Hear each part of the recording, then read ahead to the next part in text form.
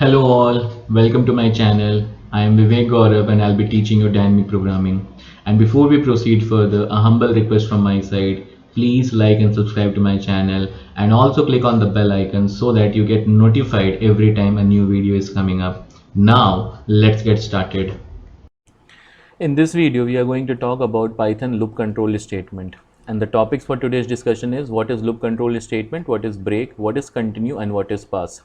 So once again, I'll request you to pause the video from time to time when I'm doing the practical, and you also do the same thing with me so that you can have a better understanding. So now let's start.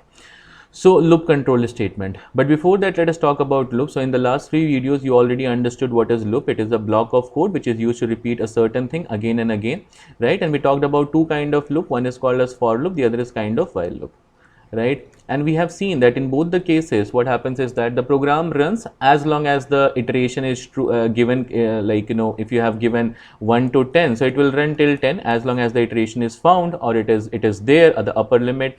Or in case of while loop, what we have seen is that it runs up to until a particular condition is true. Right now, let us take an example, okay, that you are running a loop from 1 to 100, and there are two cases that you want to execute. Case one is that you want the loop to stop after 25th iteration. You do not want the loop to continue after 25th. Okay, this is case one. In case two, what you want to do is that you want to skip the 50th iteration and you want to continue. So basically in 50th means you want to continue from 1 to 49, and then you want to continue from 51 to 100. Only when it is 50, you do not want to do anything. Okay, so how these things are possible? In normal situation, we have seen that it is not possible, right? So in order to help us with these kind of situation, we have loop control statement. Okay, so loop control statement changes execution from its normal sequence. Now what does it mean? So we have already seen that when you are running a loop from 1 to 100, it will run from 1 till 100, right? This is the normal flow. But when you use the loop control statement, what it will do is that it will change the execution from its normal sequence. It will not follow the normal sequence, but it will deviate from its normal path, will do the things that you want it to do. Either you want to stop the loop at a certain condition, or you want to skip a certain iteration. It can do that. Okay, and when execution leaves a scope, all automatic objects that were created in that scope are destroyed. It means what? All the variables that you have created inside the loop, that will be destroyed. When I say scope, what does it mean? Scope means the loop body, right, which follows the same indentation as long as Python is concerned, or in the programming language, the curly bracket. Okay, this is what it means. So now we have three kind of loop control statement in Python. We have break statement, we have continue statement, we have pass statement. Now break statement in Python is only used to break the loop, whereas in other programming language, it is also used to take you out of the switch statement. Okay, so break statement terminates the loop and transfer the execution to the statement immediately following the loop. What is the use of continue? So continue is used in case of case 2. Okay, in case 2, where you want to skip only for a particular condition. So what it does is that it causes the loop to skip the remainder of its body and immediately retest its condition prior to reiterating. And in case of pass statement in Python, the pass keyword is used to execute nothing. It means that when we don't want to execute code, the pass can be used to execute empty. Okay, it can be used to execute the empty block. So these are the three loop control statement that we have in Python. Now let's go into the detail of that. So Python break statement. So the break is a keyword in Python. Now what is a keyword? I hope you remember that. Keywords are those words which are reserved word and which have a special meaning in the memory of the computer. So the break is a keyword in Python which is used to bring the program control out of the loop. It means what? If you do not want the loop to continue anymore, you can use a break statement. It will take you out of the loop. And the break statement breaks the loop one by one. It means what? That is, in the case of nested loops, you have loops one inside the another. It breaks the inner loop first and then proceeds to the outer loop. Okay. So in other words, we can say that break is used to abort the current execution of the program and the control goes to the next line after the loop. So let's suppose that you have this loop. This was the loop structure which was going to execute. In line number 3, you found break. What it will do is that it will directly take you out. Okay, and it will put you in line number 6, which is outside the loop. So this is what it does. It breaks the loop. Okay, from line number 5 it was supposed to go back to line number 1, but now what is happening is that since in line number 3 you have a break, it is taking you out of the loop itself. Okay, so the break is commonly used in the cases where we need to break the loop for a given condition. Let us have a look at the flow chart. So now when we are reading a flow chart, this diamond box or this rhombus symbol which you can see, right, it represents a condition. Okay, it represents a condition which can be true, whereas this rectangular box represents a statement. So you can see here we have a condition, here we have a rhombus box which represents a condition. This is for the loop test expression, whether that loop test expression is true or false, loop condition is true or false. So if it is true, it will go inside, and here we are having another condition to check the break. If this condition is true, then anyway it will take you out of the loop. You can see this is the line that we are following. In case the loop condition is false, then it is going inside and it is executing the remaining part of the body. Again the loop text expression will be checked. Again it will come inside. Again we will check the break condition if it is true or not. If it is true, then it will execute, it will exit. If it is false, then it will execute the remaining part of the body and it will keep on going like that.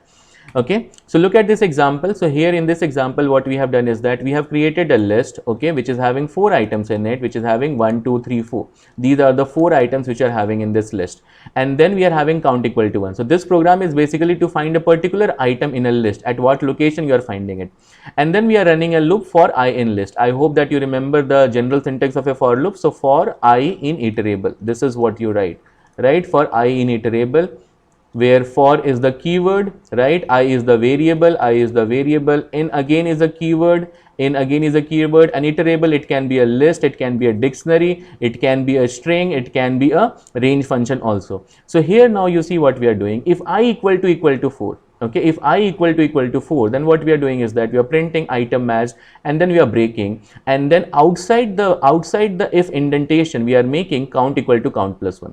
Okay, and outside the for we are writing print found at count location. So now let me go over there and write the code for you so that you can have a better understanding. So here let us create a list 1, okay, and let us have items like 11, 12, 13, 14, 15. I am not writing 1, 2, 3, 4, 5 because sometimes you get confused with the index. Always remember that when we are using a for loop in a list, it is not representing the index, it is representing the item over there.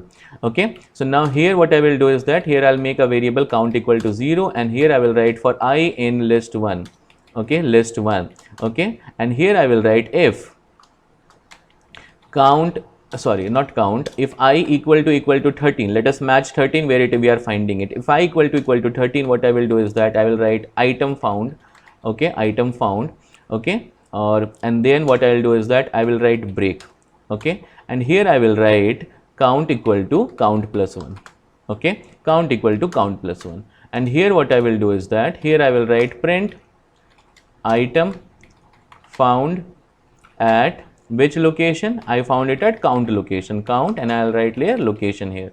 Let me run the program and check how it is working. So you can see that item found at 2 locations, second location. Why it's showing you a second location? Because I started the count from 0. If I'll make the count equal to 1, then it will show me the current one, 1, 2, 3. As per your understanding, this is first item, second item, third item, but you know from the computer point of view, this is 0, right? So let me run the code again, and now you can see that item found at third location, okay? If I have to debug the program and show it to you, how does it work? So let me debug the program and see. So for the first time, from the very first time, the value of count is 1 and I is pointing to 11, the first item, okay, then it went ahead, the condition, this condition was false, then what happened is that the value of count will increase, now count become 2 because now we are into the second location and checking whether it is true or not. Okay, so now I equal to 13, no, I is not equal to 13 because I is pointing to 12 now. Then again the count value got increased, it become 3. Now when it become 3, this time I will point to 13. Now this condition become true, as you can see over here, so it will come inside, and now it will, you see that it is printing, and then from line number 6, earlier what was happening is that it was going to line number 7 and it should go to line number 7. Why? Because if you will notice here, we are still pointing to 13, we have 2 more items in the list. So ideally it should now point to 14, and after that it should point to 15, but that will not happen. What will happen now is that it will directly go to line number 8 and the program stopped there. Okay, so this is how the break statement works. Okay, and you always make sure that you are writing a condition, when you are using a break statement. Otherwise what will happen is that it will directly break. Okay, if you are not writing a condition, it will directly break. I'll show you that also, don't worry. Going to the second example, here you see we are writing str is equal to Python, and for I in str I am checking if I equal to 0, I am using a break statement, and then I am printing I, otherwise I am printing I. So let me go over there and write the code for this also. So I'll make str1 equal to, and I'll write my name, let us write my name Vivek, and here what I am doing is that here I am running for I in str1, and if I equal to k, if I equal to I, okay, let us break it at I itself, then what will happen is that I am using a break statement, and here I'll write print I. Now you see what will happen. If I run this, I am seeing I'm getting only V. If I change this V to small v, now you see I'll get V and I, I'll get V and I. Why? You should think like, it should break here itself, right, for the first one. But if if you're thinking that way, then you forgot that this is case sensitive, this is capital V I have written. In case I write capital V here, then you see what happens, then I'll not get anything. You can see nothing happened. I'll run it again, nothing happened, right? So this is what you need to understand. If I write E, I'll get VIV. Okay, so this is how it works in case of a string. Let us go ahead with that. Let us have a third example, break statement with while loop. So in the last two cases, we have seen the break statement with for loop. Now let us try to understand the break statement with the use of for loop. So with the use of while loop. So here we are writing I equal to 1, this is initialization. And here what we are doing is that we are writing while 1. Now this we are making an infinite loop. Okay, and since we are using a break statement inside that, so I can write this. Otherwise, you remember what happened in the last program that I was trying to run a infinite loop. I had to close my Visual Studio, right? So there, what I'm doing is that print I, and then I'm giving a space, and I'm writing I equal to I plus 1. And if I equal to 10, I'm using a break statement. So you see, I'm getting 0, 1, 2, 3, 4, 5, 6, 7, 8, 9, and then we are coming out of the loop. So let us go ahead and run the code. Okay, so here I'll make I equal to 0, and here what I will do is that while 1, okay, and here what I will do is that here I will write print I, and here what I will do is that I'll write I equal to I plus 1, and here I will write if I equal to 10, then what I will do is that I did not give indentation, so let me give yes, then I'll write break, and here what I will do is that here I'll write print came outside the loop. Okay, I'm writing came outside the loop. Now let me run the code and see what happens. Can you see I'm getting 1, 2, 3, 4, 5, 6, 7, 8, 9, 10, and if I give after print, if I give this end separator, then you can see everything in a single line. Now you see I'm getting everything in a single line, 0, 1, 2, 3, 4, 5, 6, 7, 8, 9, and came outside the loop. Okay, and you remember the use of else also. So in these cases, when I'm using else, it will never reach there. Why? Because it is abnormal ending of the program, and else part only gets executed when the loop is completely exhausted, right? In case of for loop, all the item has been reached, and in case of while loop, all the condition has become false, right? Then only the else part get executed. So even if I write else part over here, it will not get executed. Second thing that I wanted to tell you is that instead of 1, even if you write true, even if you write 2, then also it will work the same way, right? So it can be anything. It can be anything non-zero value. If I write 0, then you see what happens. Then it will not run, right? Then it is not running. It is only saying me came outside the loop. Okay. Instead of 0, if I write true, capital T and true, then it will give me the output. You see 0, 1, 2, 3, 4. So in order to make an infinite loop, you can write anything other than 0 over there. Other than 0, you write 1, 2, 3, any non-zero value, or you can write capital T and true. Okay, that also it will work. So that way it becomes an infinite loop. Okay, so that was all about that. Now let's go ahead and go to the next part. So in the other example, what we are doing is that we are printing the table. Okay, and here what we are doing is that here we are writing n equal to 2. So we are starting with the table of 2, and then again you can see that I'm running an infinite loop while 1, and then I'm making inside this, I'm having I equal to 1, and then again I have a nested loop over here while I less than equal to 10, and then I'm printing the table. I'm printing the table of that number, and then increasing the value of I, so that the table gets like 2, 4, 6, 8, that will happen. And then I'm asking the user to enter a choice equal to int input. Do you want to continue printing table? 0 for no. If the choice is 0, then I am breaking. Otherwise, I'll increase the value of n to 1. Okay. Now, when you write this program, you need to be careful. Why you need to be careful? I'm telling you that once I write this, then you will understand.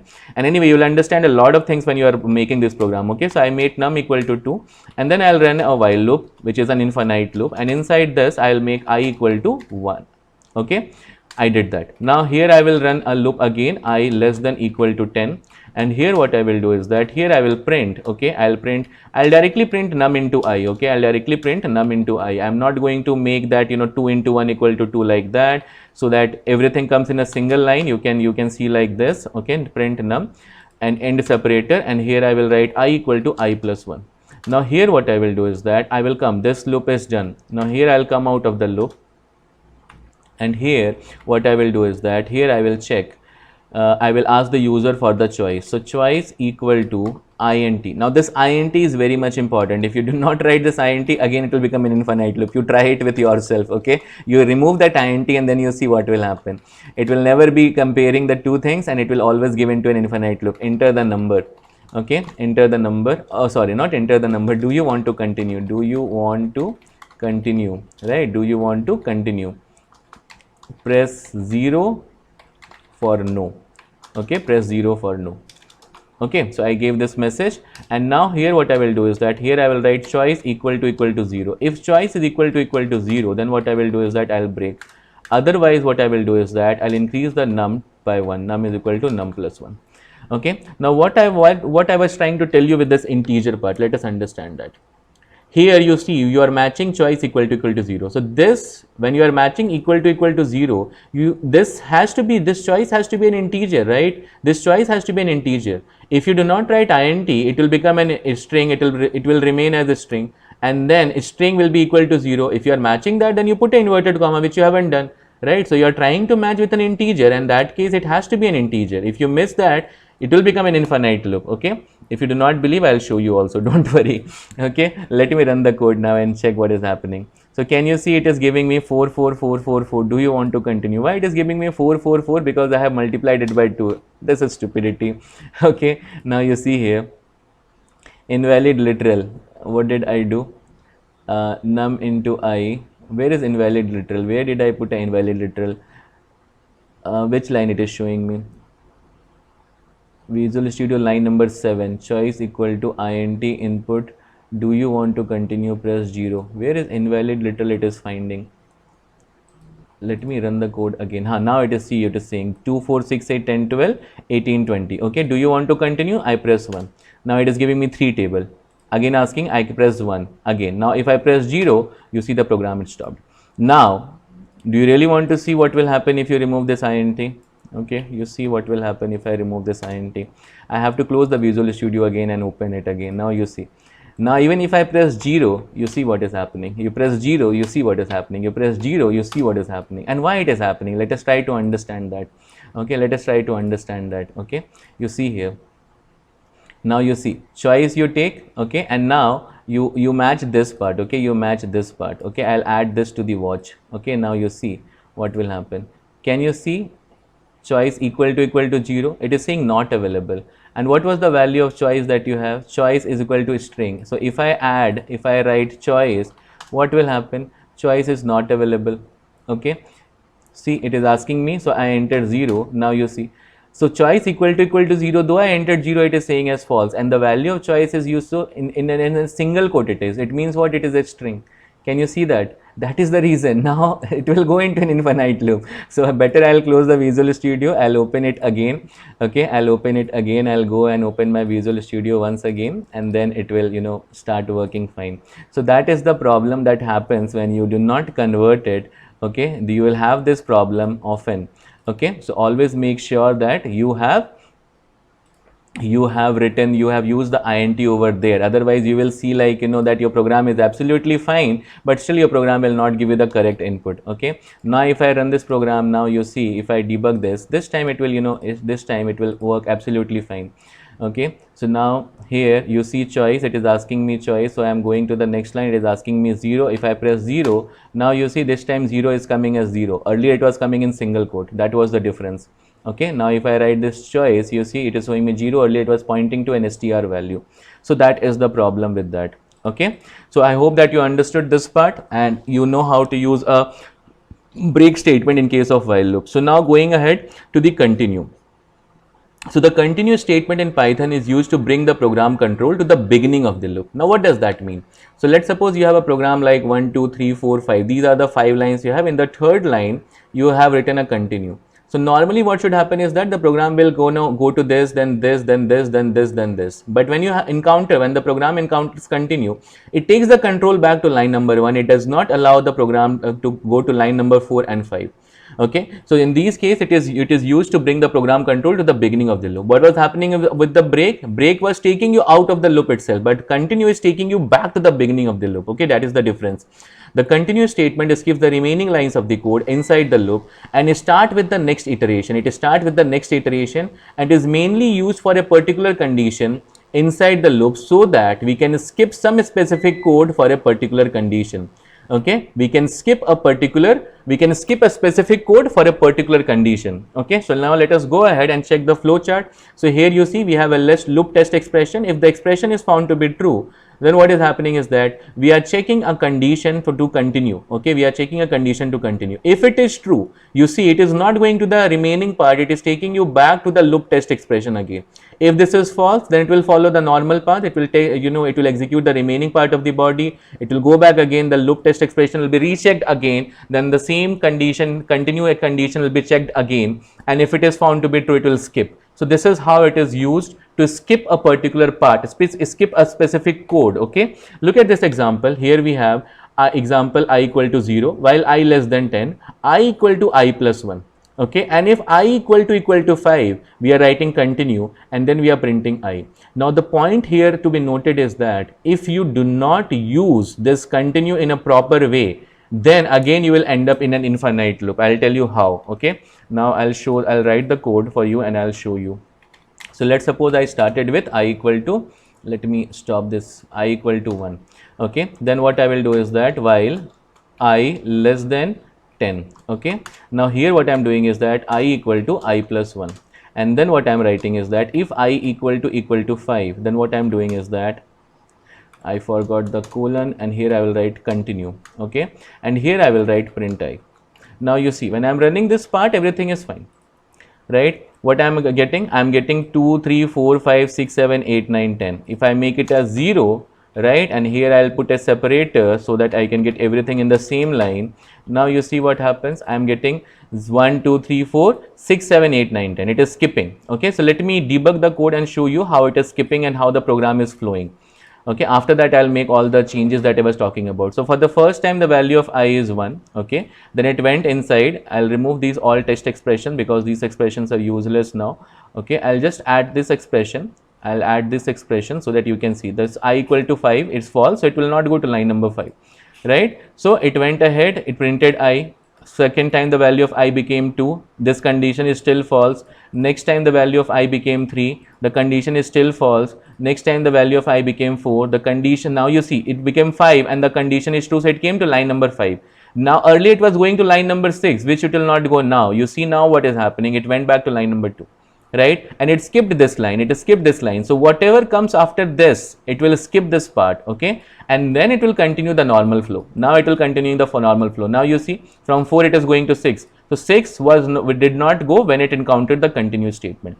So this is what it has, this is how it works, and that's the reason we are not getting 5, because when I was 5, print statement did not get execute. Okay, that is the reason we did not get 5 in our output. Okay, so if I run the whole program, you will see I'll get 1, 2, 3, 4, 6, 7, 8, 9, 10. This is how it is happening. Okay, now what I was trying to tell you is that what will happen if I bring this I statement, what will happen if I bring this I statement after this, what will happen in that case? And here I start with I. Now you see again I have to close the Visual Studio once again in that case. See now I'm getting 1, 2, 3, 4. After that it is not going ahead. Why it is not going ahead? I'll show you why it is not going ahead. Let me debug the program now. Let me show you that. So now you see I equal to 5, condition is false. Then what happened is that then it went to line number 5, it went to line number 6, right? Second time the value of I is 2, then I became 3, this time I will become 4. Okay, now you notice here the moment I become 5, it is going ahead and it is coming to line number 3, the condition is true, so it will go to line number 4, and after that line number 4 it will go to line number 2 again. Again the condition is still true. Can you see, notice something? The value of I is not incrementing itself. The value of I is not incrementing itself. So it becomes an infinite loop now.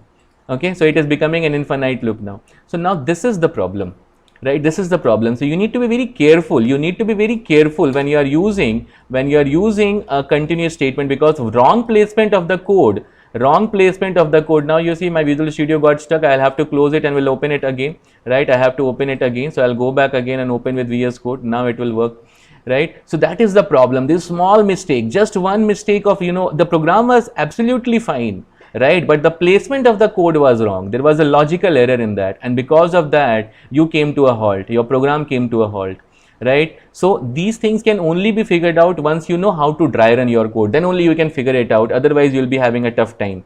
Okay, so now you understood how to use continuous statement. So now let's go ahead. So now observe the above code. If you observe the above code, you see that the 5 was missing, right? So the value 5 is skipped because we have provided the if condition using with a continuous statement and while loop, and when it matched with the given condition, then the control transferred to the beginning of the while loop and it skipped the value 5 from the code. Okay, and we haven't seen that. We have seen much more than what I have written here, right? So now you know how to use continuous statement. Be careful with that, otherwise you will end up in an infinite loop even if you did not want to intend that. Okay, so now you see here another example for str is equal to Vivek Gaurav, I in str, if I equal to k, continue. Now what will be the output, tell me? So it will give me an output VIVE and then it will give me GAURAV. This is the output that I'll get. If you do not believe it, let me go there and write the code. So str1 equal to Vivek Gaurav, okay, Vivek Gaurav, and here I'll write for I in str1, and here I will write if I equal to k, then what I will do is that I will write continue. Otherwise what I will do is that I'll write, I'll print I. Okay, now if I run this code, you can see that I am getting VIVE, okay, VIVE, and then I'm getting GAURAV. I'm not getting k, and instead of print I'll use end equal to separator, okay, end equal to separator, so that I can get in a single line, and you can see the output. Now you see the output. Can you see k is missing? So it is skipping that part. Okay, so this is how you use continuous statement, and now I believe that you are getting confidence as well with the use of loops, because see, understand, loops and conditionals are the pillars of any programming language. So the better grasp you have in these two concepts, the better it will be for your programming. Okay, so now let's go ahead and talk about Python pass statement. So pass statement is quite unique in itself. Okay, so the pass statement is a null statement. Now what is null? It means nothing. But the difference between pass and comment is that comment is ignored by the interpreter, where pass is not ignored. So people might think like, okay, pass is like comment, but it is not comment. Comment is usually ignored by the interpreter. It does not read that, but pass is being read by the read by the interpreter. It is not being ignored by the interpreter. Okay, so the pass statement is generally used as a placeholder.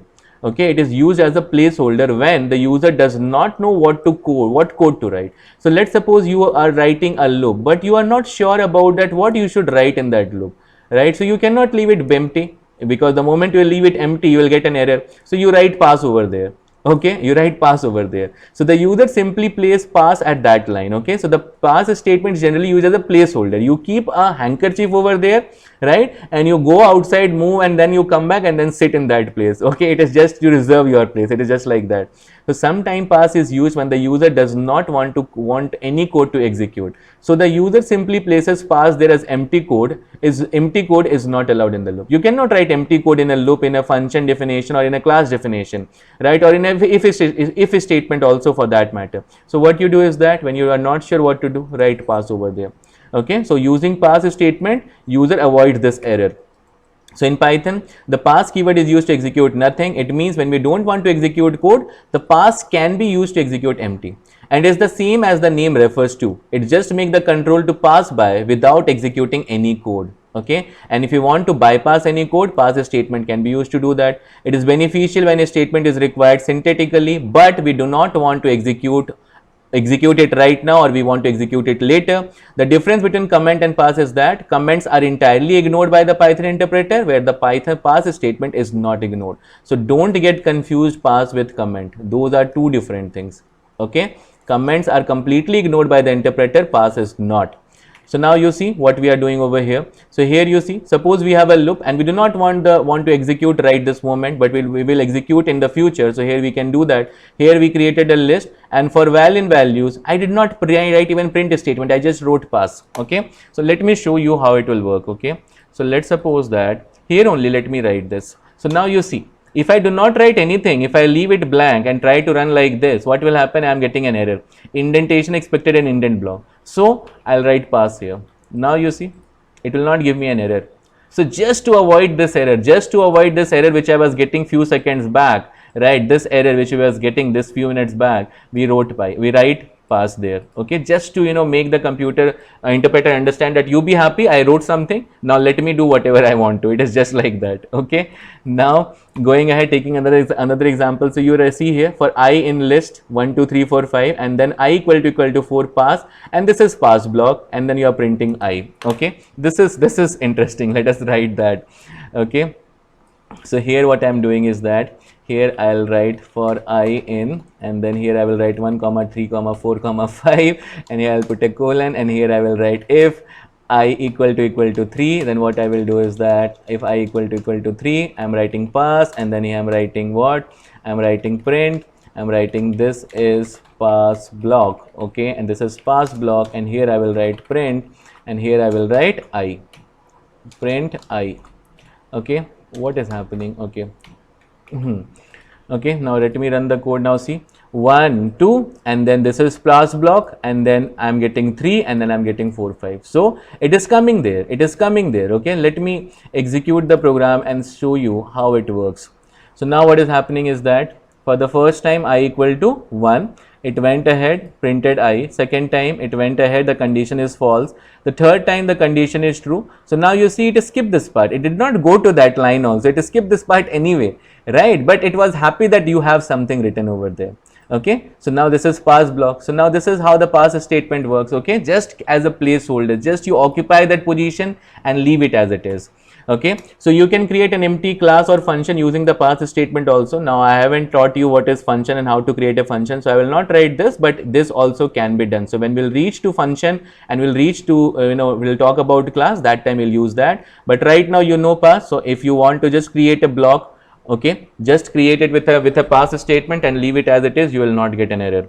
Okay, so that was all about break, continue and pass. All the things that we have discussed, you need to use it carefully. Break, you always make sure that you are using with a certain condition, otherwise what will happen, I will show you that part which I mentioned but I did not show you. Okay, so now you see what will happen is that, let's suppose this, so if I write print I, what will happen? I'll get all the items, right? I'll get all the items here, right? 1 2 3 4 5. But now here only if I write break without a condition, now you see what will happen. I'll just get 1 and after that it is breaking. Why? Because the next line itself is breaks, it is coming out of the loop.